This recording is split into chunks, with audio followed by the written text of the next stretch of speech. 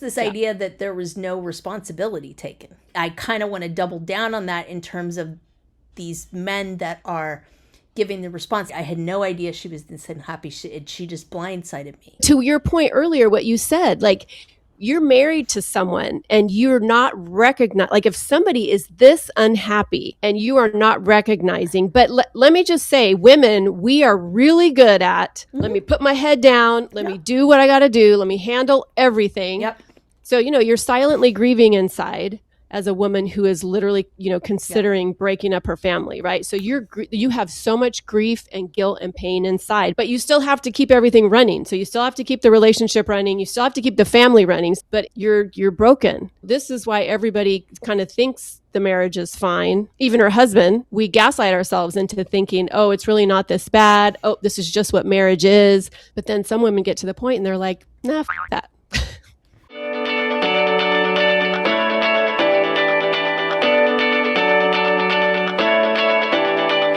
Welcome to Drinks with the Girls, conversations for women over 40 around connection, change, and the power of female friendship. Living well with stories to tell.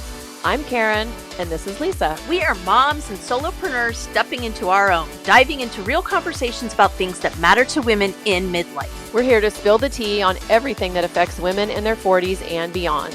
Topics like loss and grief, changing relationships, launching kids, menopause, and reinventing ourselves in midlife. We are here to tackle it all. Connect with us through a blend of our lived experiences, our friendship, the memory of our moms, plus a collection of real stories, honest conversations, and engaging interviews that will make women over 40 feel seen and remind them that they're not alone on this journey called life. Let's go.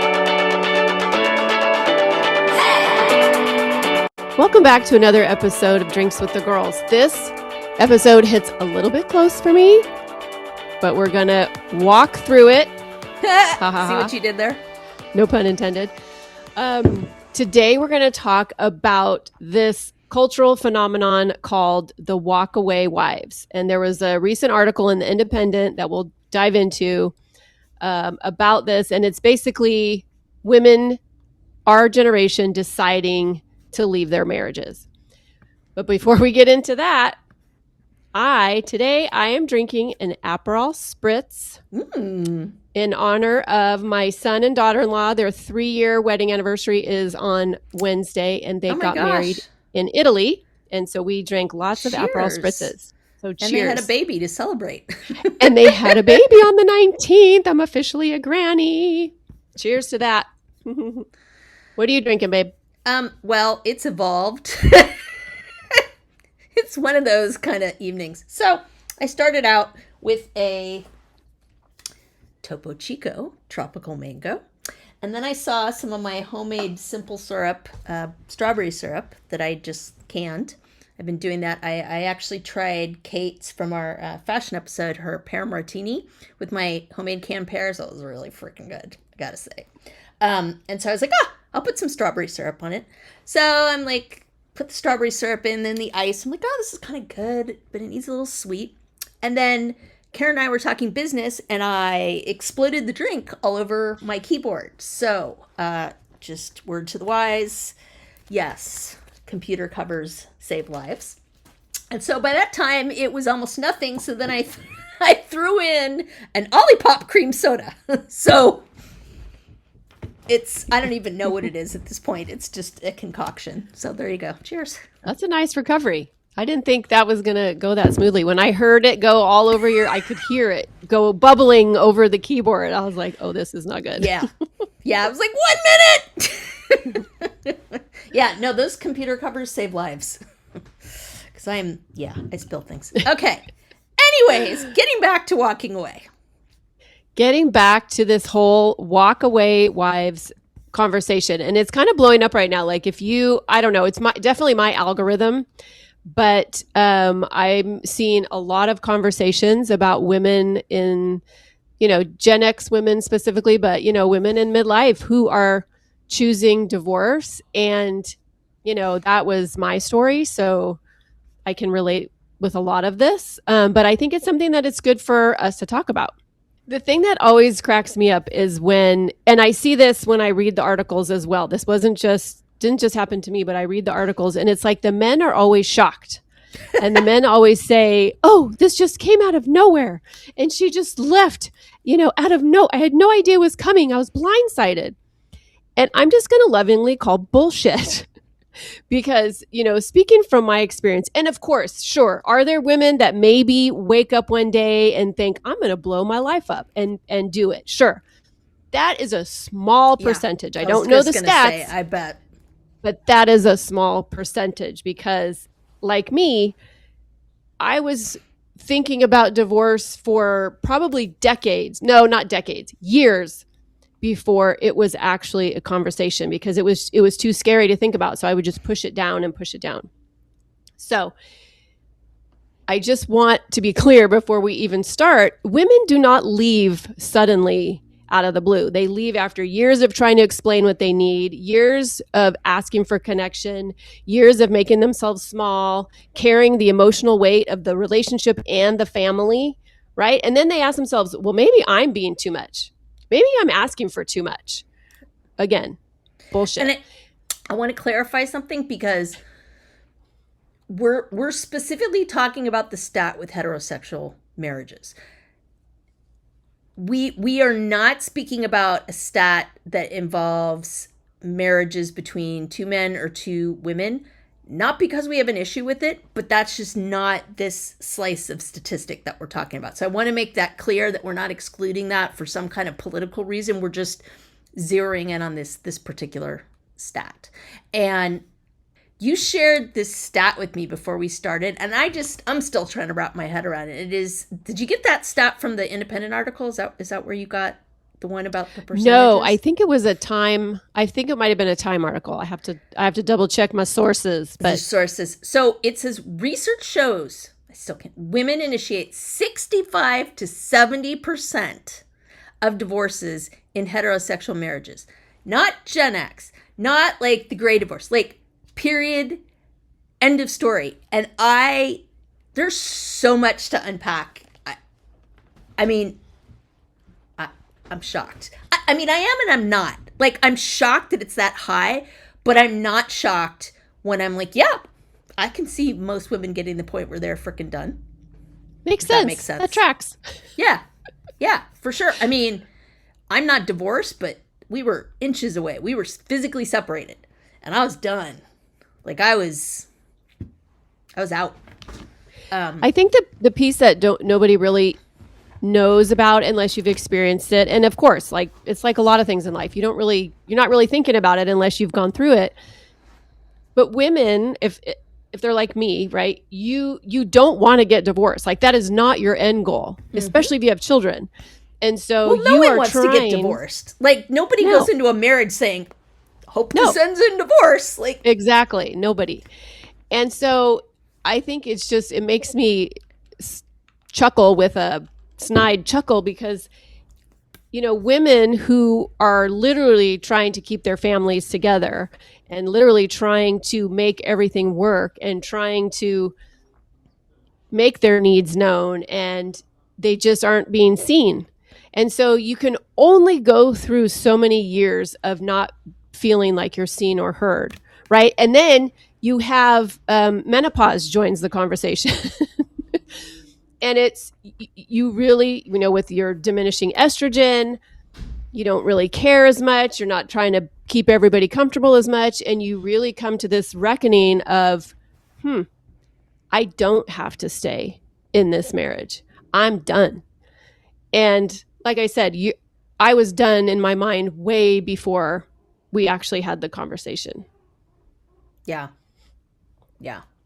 And I do think that social class has something to do with it as well, because for women that are in poverty, like, it's a whole different story, Yes, absolutely.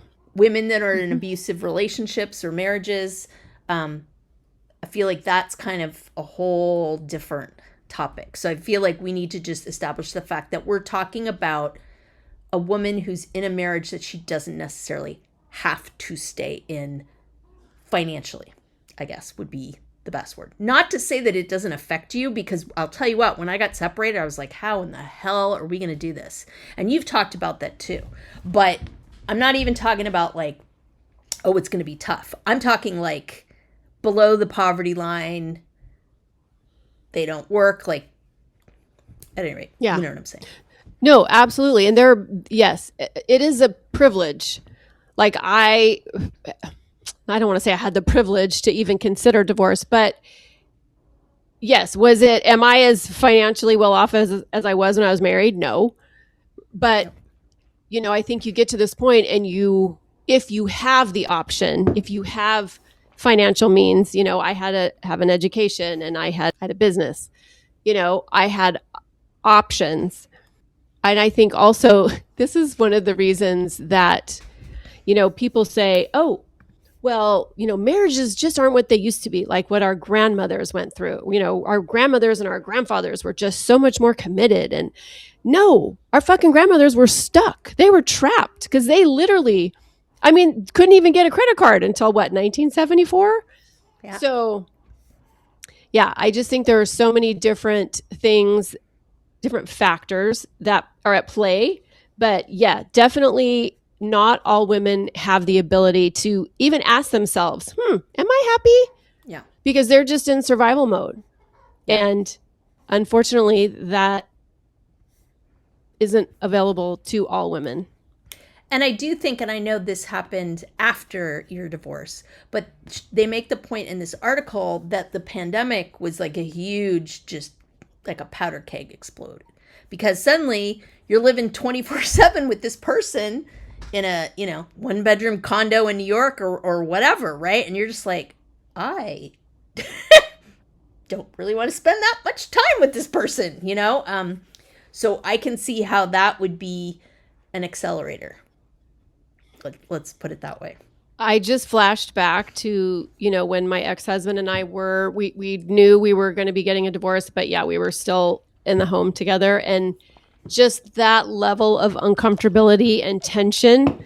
And I've had friends actually who have gone through a divorce and for whatever reasons, financially, mostly, they had to stay together in the home. And yeah, thankfully, the pandemic didn't affect me that way because I was already divorced at that time, which is weird to say because I feel like those years all just kind of run together. Yeah. But yeah, I was divorced in 1917. 2017. Yeah. And obviously our situations are different. I'm married. Karen isn't. Karen has a long-term partner. I have a husband who's on his second marriage. I always tell him he'll be very happy with his third wife, and he agrees. At any rate, I do think that, at least in my situation, like I said, I was ready to walk away. But without hijacking the conversation, my husband did a lot of work and made a lot of changes. And I think that speaks to the fact that I'm going to generalize and I'm going to get in trouble for this, but it kind of speaks to the whole like, well, I had no idea thing. To me, that's someone that hasn't paid attention to their partner enough to know that they are desperately unhappy.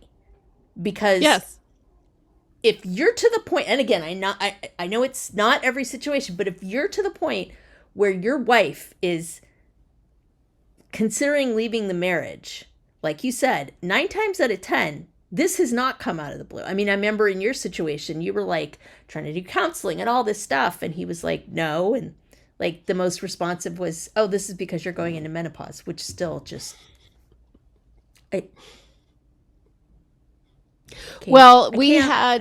to his credit, when I first started really feeling these feelings and thinking, oh shit, this is not going to go well unless I get some help. So I took him, I was seeing a therapist, and then we brought him in. And yeah, so after that one session, we were leaving and he just said, don't ever make me do that again. So to me, obviously that was like, okay, well, I got to figure this shit out on my own. And I did lots of different things. Like I got really into, this is so funny, but So on the PTA, when my kids were in middle school, I had whatever my title was, I can't remember on the board, but I was in charge of hosting the sex education expert that would come to the middle school. Why am I not surprised? Oh my God, and that's so put awesome. on, yes. So they literally had a job in the PTA to do this one thing. Yep.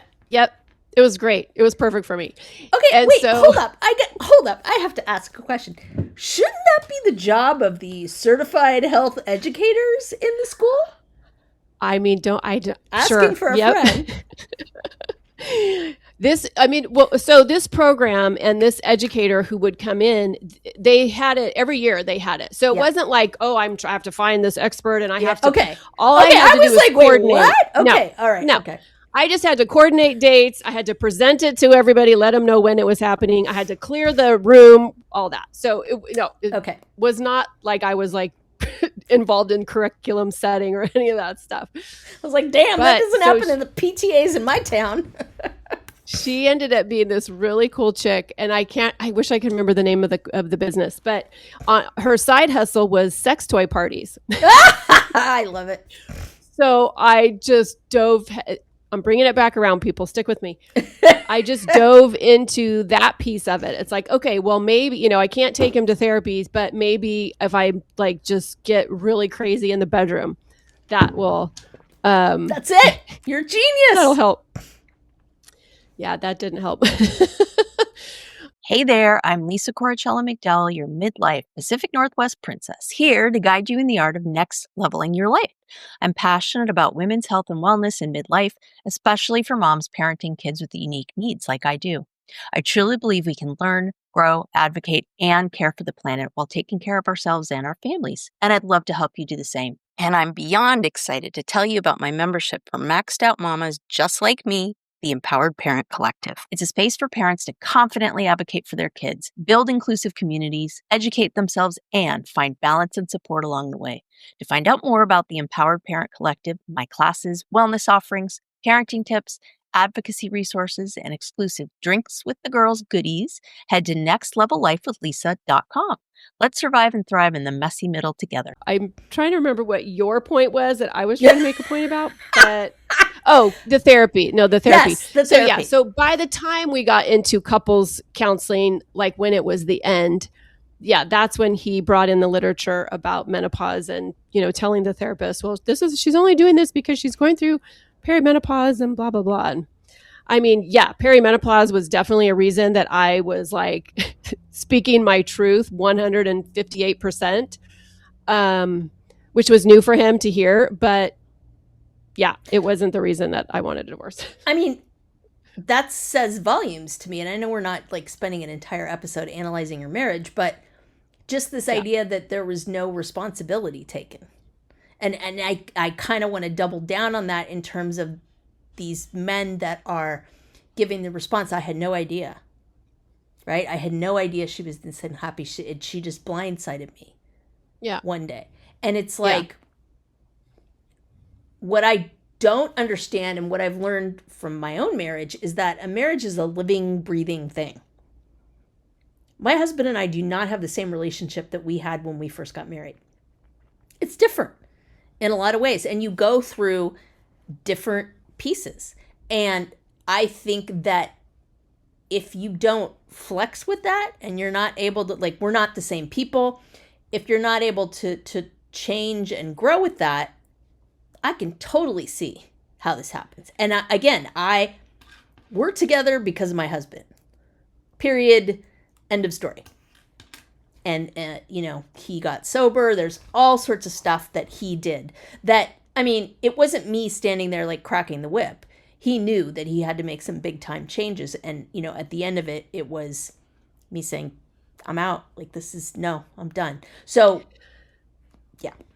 I think there's a huge part of self exploration and self discovery, and like you said, like owning, taking responsibility from some patterns maybe you have in the relationship that really aren't working. And I mean, my ex-husband is a great human. He is a great dad. He's a good person. We respected each other. But yeah, self exploration and self growth was not high on his priority list. And of course, mine obviously, because I do what I do, that was a value of mine. So that was really difficult because I felt like I was outgrowing him and he wasn't. Yep. But to your point earlier, what you said, like, you're married to someone and you're not recognized. Like, if somebody is this unhappy and you are not recognizing, but let me just say, women, we are really good at nose to the grindstone. Let me put my head down. Let me do what I got to do. Let me handle everything. Yep. So, you're silently grieving inside as a woman who is literally, considering breaking up her family, right? So you have so much grief and guilt and pain inside, but you keep it inside. But you still have to keep everything running. So you still have to keep the relationship running. You still have to keep the family running. So you're grocery shopping, you're still buying the birthday presents, you're still planning the holidays, but inside you're broken, right? And so this is why everybody kind of thinks the marriage is fine, even her husband, even my husband, because I think we gaslight ourselves into thinking, oh, it's really not this bad. Oh, this is just what marriage is. This is how life is. But then some women get to the point and they're like, nah, fuck that. Yeah, I guess I just really have a hard time Monday morning quarterbacking a marriage where, even in hindsight, the other partner can't look back and say, well, now that I think about it, there were signs. You know what I mean? Like, I think it's a very rare case where one minute you're making meatloaf and the next minute you're done. You know what I mean? Like, there's a lot of steps in between there, But I mean, that's literally the Walkaway wives. Wow. Like, that is, and of course, everybody's different. All situations are different. Yeah. And there's all different levels of, well, how much counseling did you do? And what did you say? And how many conversations did you have? And did you go on a retreat thing to help, weekend away to help your, whatever. But yeah, it is literally like that, because these women, and I'm one of them, you're in your brain, you're done. You just are at that point and you're like, I can't do this anymore. And I do think, as women, we shoot ourselves in the foot every single freaking day because we pick up the slack.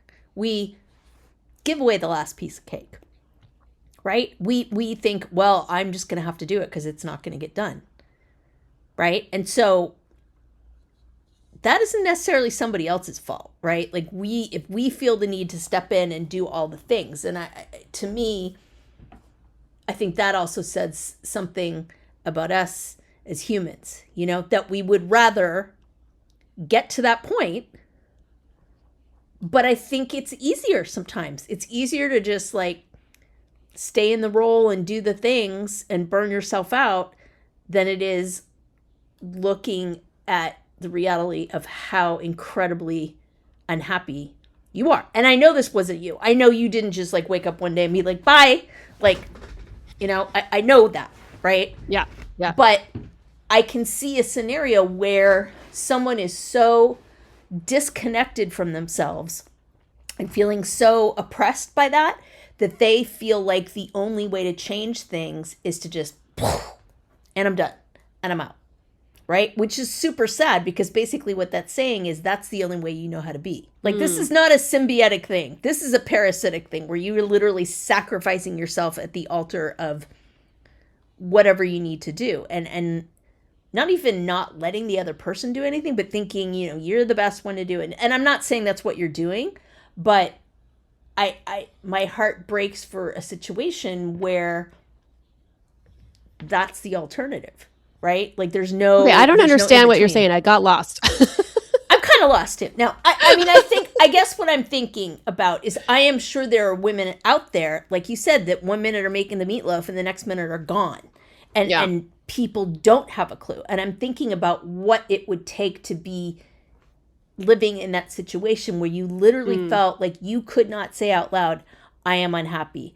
I need this. I want to talk about that. You're so unhappy and so scared that's either that or you're out. You're literally physically out. That makes me super sad. Yeah. And I mean, that was me probably, I don't know, 20 years ago. Yep. But over time, and thanks to perimenopause and thanks to my 40s, I got better, at saying what I needed. And that's, when I started trying to do all these things and say all these things. And, to his credit, because I was growing over time, I became a different woman. And so he's like, who are you? What are you talking about? You're not happy. You have this beautiful house. Yeah. You have these great kids and we go on vacations, every year, whatever. Yeah. All the things that should add up. And then Karen and I were having an interesting conversation before we hit record about, okay, how does the gray divorce thing come into this, right? So if you don't know what that is, it's this idea that people over 50 are leaving their marriages, and that demographic has doubled over the last few decades, and talking about whether this is the same thing or not. And some of it is, but that also includes men as well. So this specific phenomena that we're talking about is women, and we're not talking about over 50. We're talking about just all age groups with that particular stat. But I do think that there's something to be said for, like, our generation, like, we're done just accepting menopause as like a death sentence. We're done just accepting anything because someone says we have to. Like, I was out to lunch with my godmother a couple weeks ago, and I can't even remember how the topic came up. We were talking about menopause, and she goes, it wasn't like I had an issue with it. She goes, but my mother didn't say anything to me. Like, yeah, it just wasn't talked about. She said, I didn't even know I had any other options other than to just suffer silently. So I really do think that our generation is the first one that is like, no, that's not acceptable. From menopause to a marriage that isn't doing it. And I think that the lid has kind of been blown off this societal kind of pressure cooker of, well, it doesn't matter if you think it's acceptable. You have to stay. And suddenly we're all like, yeah, but do I? Do I? Yeah, really? No. And I think, the gray divorce, that's I don't even know if it's a boomer thing, but it's certainly a Gen X thing. Yeah. Like, a gray divorce wasn't a thing 15 years ago, and I think it's because, well, first of all, women are becoming more financially independent. Yeah, that's a big part of it. 100%. Yeah, huge. There's something, this is kind of tied in, kind of not, but there was this study that I ran across when I was looking for, stuff about this topic. And it was a 12-year study that was funded by the National Institute of Health at Penn State. And they followed over 1,000 people over a 12-year span. And they weren't even looking at divorce. Like, that wasn't even one of their markers. They were tracking happiness, self-esteem, overall health, life satisfaction, and then psychological distress.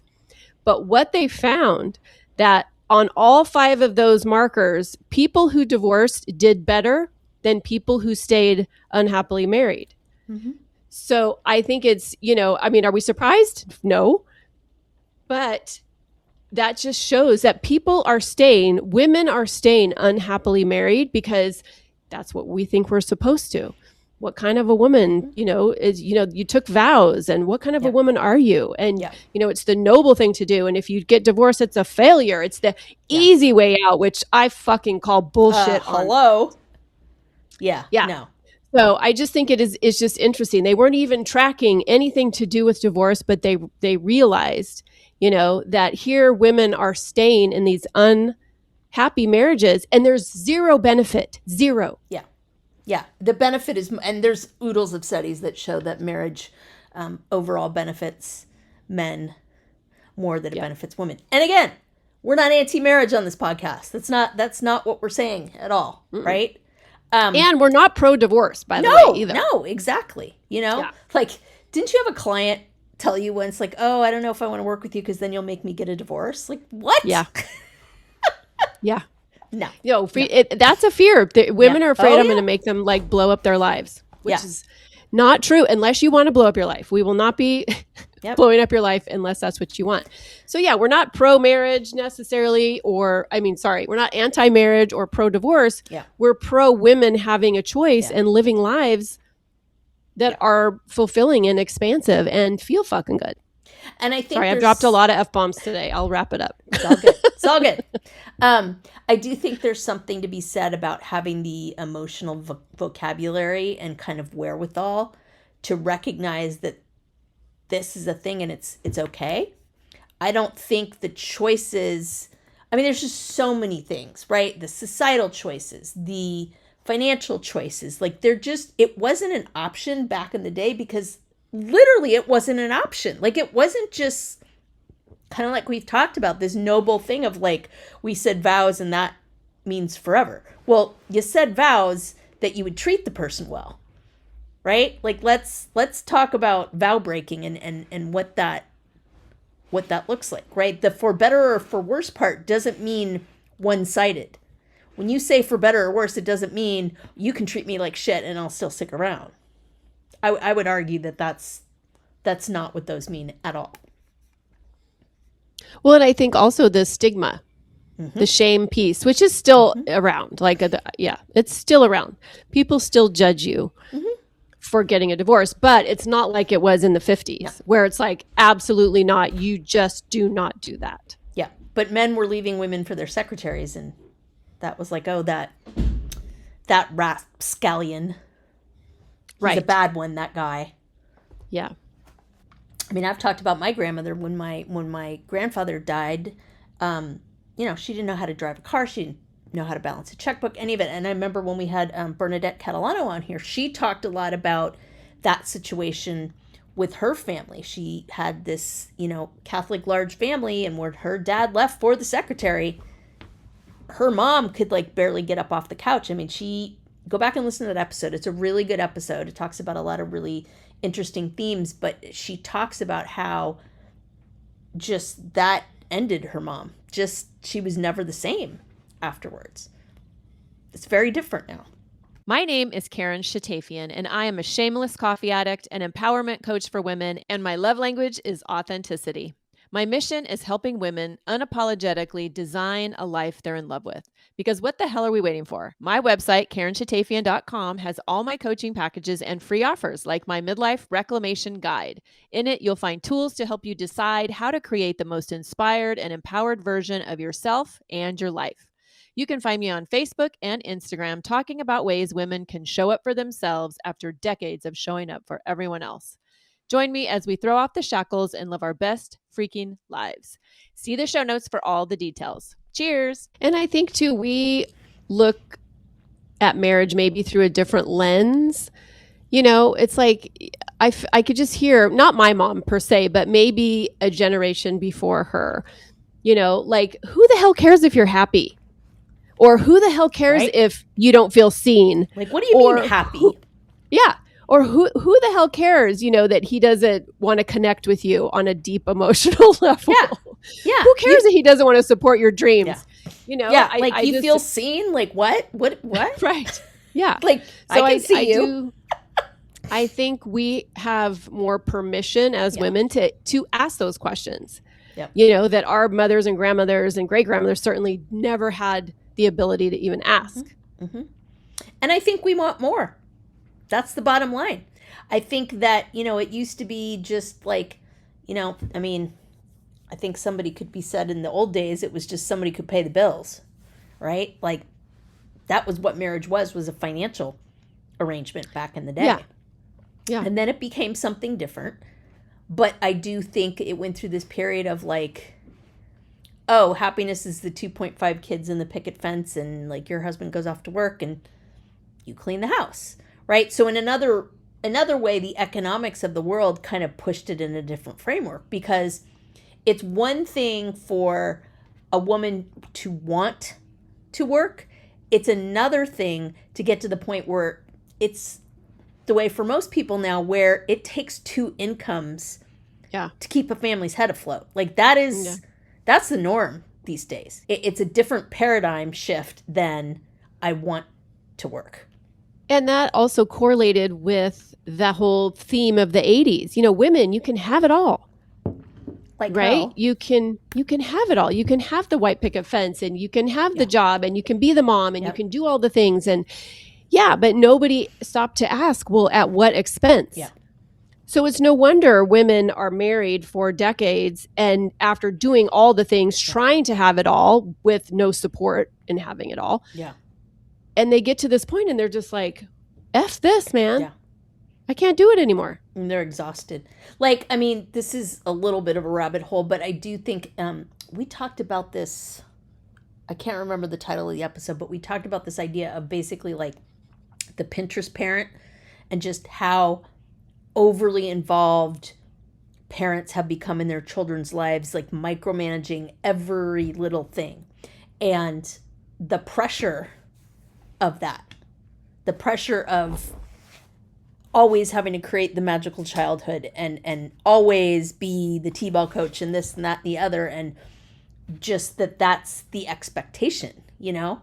I mean, I remember growing up, I wasn't that I was embarrassed, but it always bothered me that, like, my mom was a brownie leader, but that was about it. Not that that was, like, the only thing she did, but there was definitely, I think because we lived in a wealthy area, this kind of, like, distinction between, like, oh, all these moms aren't working, and they do the this and the that and this, and my mom has to work, and that's different, right? So I definitely noticed that paradigm growing up is okay. That's something a little different, you know? I do think the 80s, because that was about the time I was growing up, was a time of, it's not so much you can have it all as it is you're going to do it all. There's a difference between having it all and doing it all. And I think that's kind of what ended up happening, you know? Yeah. That's the trap we got into. You can have it all, but by the way, yes, you have to do it all, and you will barely get any support in doing it all and having it all. I also want to talk about a piece that I know it impacted my marriage and my divorce, and I think it probably is a factor in the whole walkaway wives phenomenon. But you know, it's this idea that, and it kind of has to do with what you were talking about with like the whole Pinterest aesthetic, right? And nobody knows what goes on behind closed doors, but it's like you put on this not a show, but you know, you almost like put on this act, you know, to try to make it seem like everything is okay, right? Especially if you have kids, and especially if there's no like big, you know, there's not like alcoholism, there's not like raging toxic fights, there's not like this big catastrophe or something, right?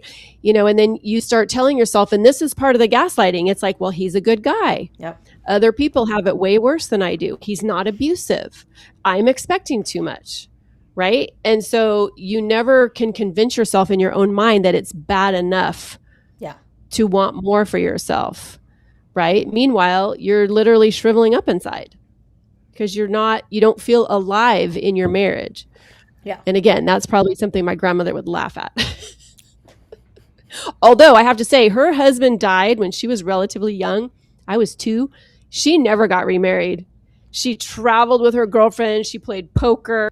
She had a boyfriend who would dip in and dip out, but he was like, meh. And I think that's what happened to a lot of women is once the husband passed early or the divorce or whatever, they're like, sweet, I'm not down for all this, you know? Not all of them, but I do think that was a phenomenon too of them just being like, well, freedom, this is great, you know? Yeah. It's funny because that's me. I'm, you know, we'll probably never get married again. I mean, Tony and I live together. We, you know, share a household together. We share lives, kids, grandkids. But it's like a mental thing for me. It's like, I love having a partner. I love having someone to share stuff with. But do I want to go down that road again? No, I really don't. And it's almost like my little, you know, flag in the sand I'm putting up. You know, it's like there's no reason at this point for me to get married. Is he okay with that? No, he hates that. And, you know, God bless him. He's so, and we'll talk about people because of course we'll be out with, and especially like his cousin and her husband live close to us now. And so we go out with them almost probably once a week at least. And they'll always bring it up. Well, when are you guys getting married? Oh my God. And that's annoying. I feel so bad for him. And he's very, and I have to just say, yeah, I don't know. But I know it makes him very sad. I know. And that's hard for me because I don't want to make him sad, but also I'm not sacrificing my own happiness ever again for any man or anybody. Yeah. Well, and I remember you said something at some point where you were like, I think in my mind, this keeps us accountable. Yeah. Right. Because really, honestly, like, what does a marriage certificate do? It doesn't keep anybody married. Yep. He and I are both divorced. Yep. So it doesn't mean just because you're married, you're going to stay together forever. Yeah. And I don't know. I tell him we're, Goldie Hawn and Kurt Russell. Yep. That's lasted that's lasted longer than most marriages, frankly. Yeah. Yeah. So. Yeah. Well, and again, like I keep talking about my situation, but in my mind, like if I'm married, there's a reason I'm married. Like it's just it's different, Well, and I will say, there's so many different nuances to this, but I feel like being in a partnered relationship, doesn't matter what your sexual identity is or anything, raising kids with two people is way easier. Being in a relationship with somebody, raising kids is easier. I was never a single parent, but my family members I've seen it, and it's not pretty, not easy. Yeah, it's rough. So, yeah. Even when you choose it, I think. Obviously there's women and to some extent men that choose to be single parents for whatever reason, right? Like, yeah. It's hard. It's really hard. Yeah. Yeah, definitely. I want to touch on one piece because this part was really a hurdle for me. And if there's any women that are listening to this episode and are anywhere, like if what we're saying is resonating with you, for me, it was really hard to be the bad guy. Like I spent a lot of time trying to explain to people my side or get them to understand kind of where I was coming from and where this was and, what this meant and all of it. And you have to get to the point where you're okay being the villain. Yep. You just have to, because there will always be people that will misunderstand you. There will always be people that don't give a shit what your side is. Yep. And so once you can get over that hump of being okay with being the villain in the story, that opens up like, what was that show? Lion, Witch, and the Wardrobe. That like opens up the wardrobe to Narnia. Yes, exactly. Like just that level of freedom is like, I have no words for it, but that is a huge, huge piece. If this is something that women are considering. Well, not and easy. I also think, look, no one knows what goes on behind closed doors in a marriage. Period. Yeah. End of story. Like I have friends where I was like, oh wow, it's like you have no idea what I was dealing with. That I was like even shocked, right? Close friends. So I've come to learn that, it's the way things look to the outside world is not always what they are on the inside. I mean, I remember one of my really, really dear friends, her husband suicided. And, obviously I was in touch with her and was like, oh my gosh, how could this happen? And he had health problems, this, that, and the other. And she, I'd known her for years and years and years and years and years. And she was like, yeah, there was some stuff going on that was not okay, that was abusive. And I had absolutely no clue. And of course you feel awful afterwards. But I think that people are very invested in what they view is your identity as a couple. And I think family members a lot of time, and what that is. And I think for them, it challenges their view of what marriage is, right? And if they don't make someone the villain, then they have to look at what their feelings are about the situation and what they're willing to put up with and what they're not willing to put up with. And it's a lot easier to blame someone then realize that this is a very nuanced, not at all clear thing. Yeah, definitely. Yeah, I think when my ex-husband and I separated, it like sent shockwaves through our friend group and through our little community, because again, it was like from the outside looking in, everybody thought, "Oh my gosh, they have it all. They have everything. Everything looks fine." Yeah. But I joke with some of my girlfriends, and they said this. I didn't. One of my girlfriends said, "Yeah, made her husband really like kind of wake up and be like, holy shit, if it can happen to them, I better get my shit together and take care of my wife. Like make sure that her needs are taken care of, you know?" Yeah. So you're welcome to the women of Seal Beach. Thank you, Seal Beach, and I'm out. Okay, quick pause. Have we talked about the Pod Squad lately? Oh, the Pod Squad. You mean our email list /VIP lounge /digital wine club? Exactly. So listeners, if you're not on it yet, you're basically making life harder for yourself when it comes to podcasts. Like trying to scroll for show notes while speed walking on a treadmill. Wait, what was that link again? Oh, no. Grab the side rails. Or pulling up that book we mentioned while you're in the Starbucks line and then realizing everybody else moved up 3 cars and now you're that woman. We've all been there. That's why we made the Pod Squad. You'll get new episode alerts every week with direct links. Easy to listen, easy to share. And show notes straight to your inbox. So when we drop a life-changing product, book, hot tip, or yummy new drink, you're not rummaging through your memory like a woman searching for her reading glasses when they're on top of her head. It's organized, it's helpful, it's for you, babes. So join the Pod Squad. The link is in the show notes. Just tap it. Snacks, sarcasm, solidarity. And obviously, fighting the patriarchy. We write at dawn. Like I said, in my own situation, it was very similar. Like, he figured out real quick that I was serious and then I was done. Yeah. And there were some things that, and I wasn't like, I will take you back if blah, blah, blah, blah, blah, blah, blah. You know? He had to walk through a lot of this stuff on his own. I mean, he was living in a camper on my dad's property. I mean, it was pretty bad. But, you know, I knew that he had to walk through that. And I mean, sure, we started talking and going to counseling and talking about what that would look like. But he had to want to make some changes and do some things because there was no way I was going to continue on the way that we were continuing. And I think that level of self-awareness for men, or not even self-awareness, but willingness to dive in, like that willingness to be like, oh, this really scares me. I don't know what I'm going to find out, but I'm willing to do this. You know, that speaks volumes. Yeah, absolutely. And I mean, there were people that I learned later were like, I cannot believe you kicked him out. Like, I was shocked when you did that. I couldn't believe it.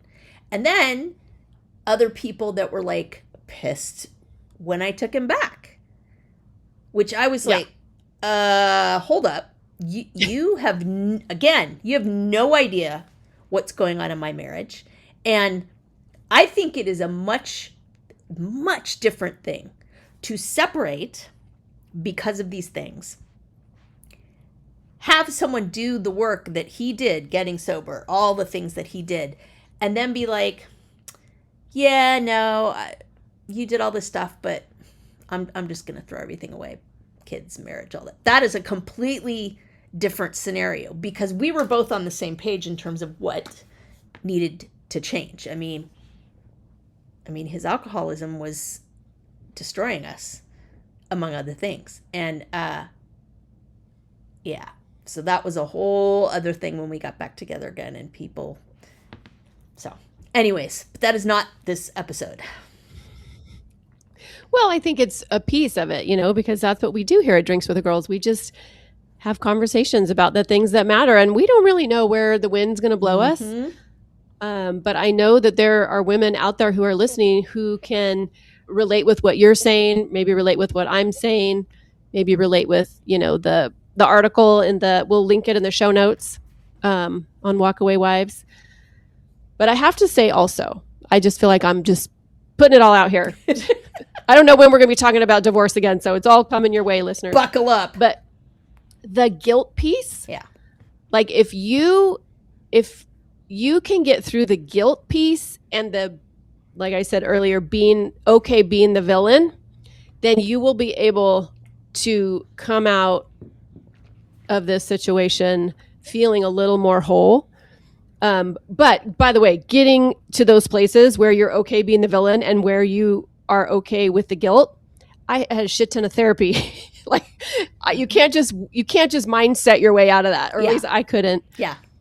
And by the way, if anybody is unhappy in their marriage or any relationship and considering a divorce or any kind of rupture in a relationship, I highly recommend therapy. Yeah. Or coaching, with yours truly.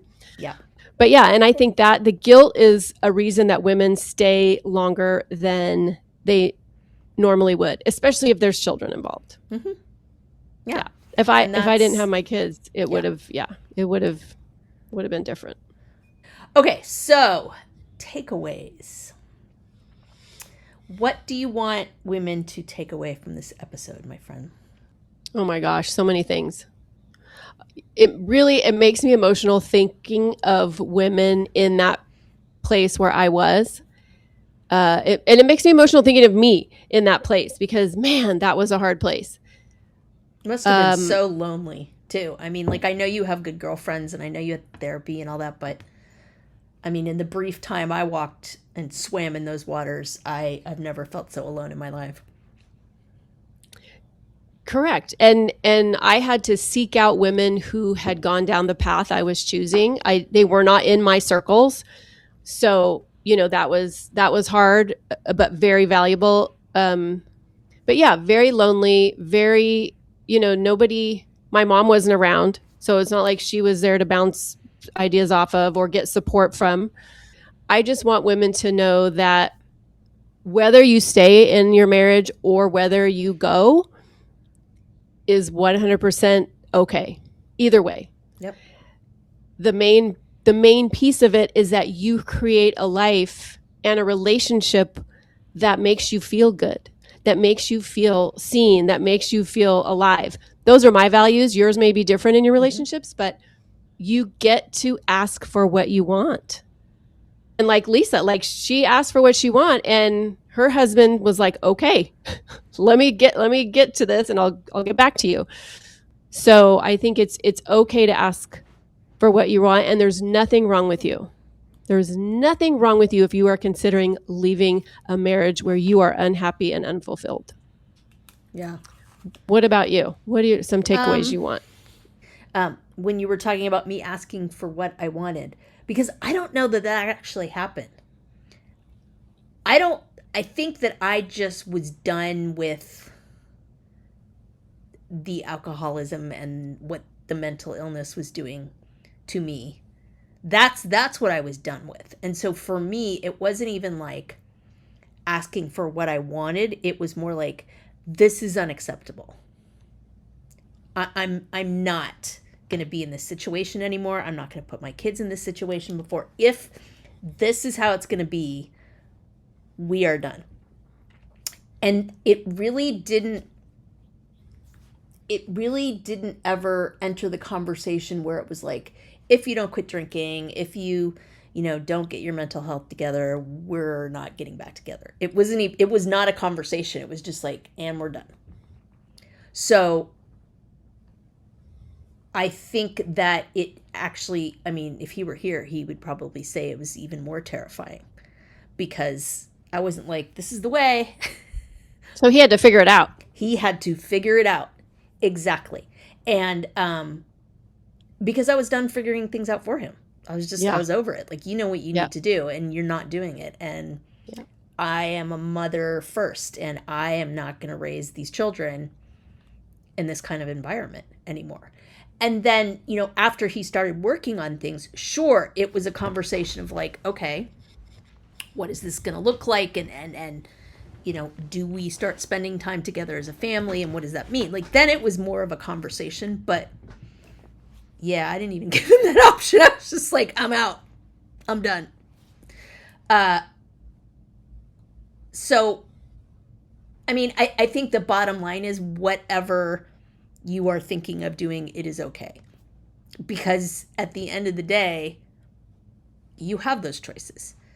And frankly, I think that, yes, divorce is hard on kids, 1000%. But I also feel like kids deserve a mom that is happy and fulfilled and not miserable and crying and just in hell, you know?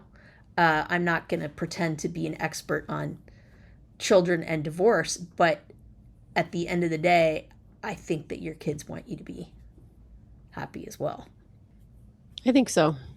Yeah. And it doesn't, my kids were young adults and it still was brutal. Yeah. So yeah, it's not, I don't think anybody gets away unscathed, but I think what I would, again, I have never been divorced. So I feel like my contribution to this conversation is a little limited, but I don't think anybody wants to be in this situation, but just because nobody wants to be in this situation doesn't mean it might be the option that needs to happen. Is I think what I'm saying. I think that a partnership is two people who have a common goal.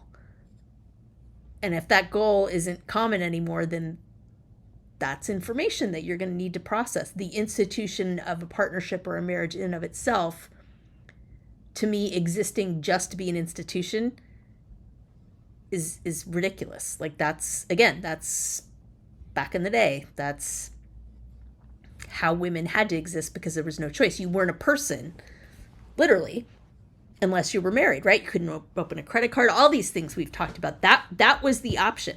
And also, if you weren't married, there was a whole host of other issues that would come up because of that. So you really had to be married to have some kind of a function in society, really. And also when we got married, I feel like that was still kind of not the financial pieces per se, but just the idea that